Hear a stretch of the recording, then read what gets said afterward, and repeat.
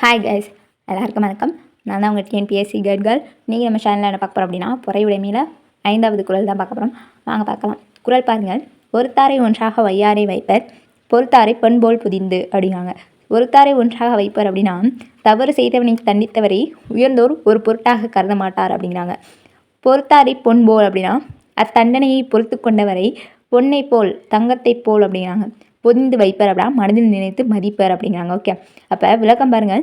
பெரியோர் தீமை செய்தவருக்கு தீமை செய்தவரை மதிக்க மாட்டார்கள், தீமையை பொறுத்து கொண்டவரைத்தான் மதிப்பார்கள் அப்படிங்கிறாங்க. என்ன சொல்கிறாங்க அப்படின்னா, இந்த குறளில் பெரியோர்கள் என்ன செய்வாங்களாம், தீமை செஞ்சவங்களுக்கு அது ஒரு தண்டனை கொடுப்பாங்க இல்லையா, அவங்கள மதிக்க மாட்டாங்களாம். அந்த தீமை செஞ்சாலும் அதை பொறுத்து கொண்டுக்கிட்டு இருக்கிறவங்களுக்கு தான் அவங்க தான் என்ன செய்வாங்களாம், பொன்னை போல் தங்கத்தை போல் மனசில் நினச்சி மதிப்பாங்களாம். ஓகேவா?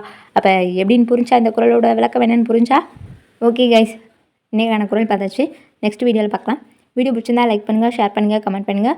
மறக்காமல் நம்ம சேனலை சப்ஸ்கிரைப் பண்ணிக்கோங்க. தேங்க்ஸ் ஃபார் வாட்சிங். Thank you so much. பாய்.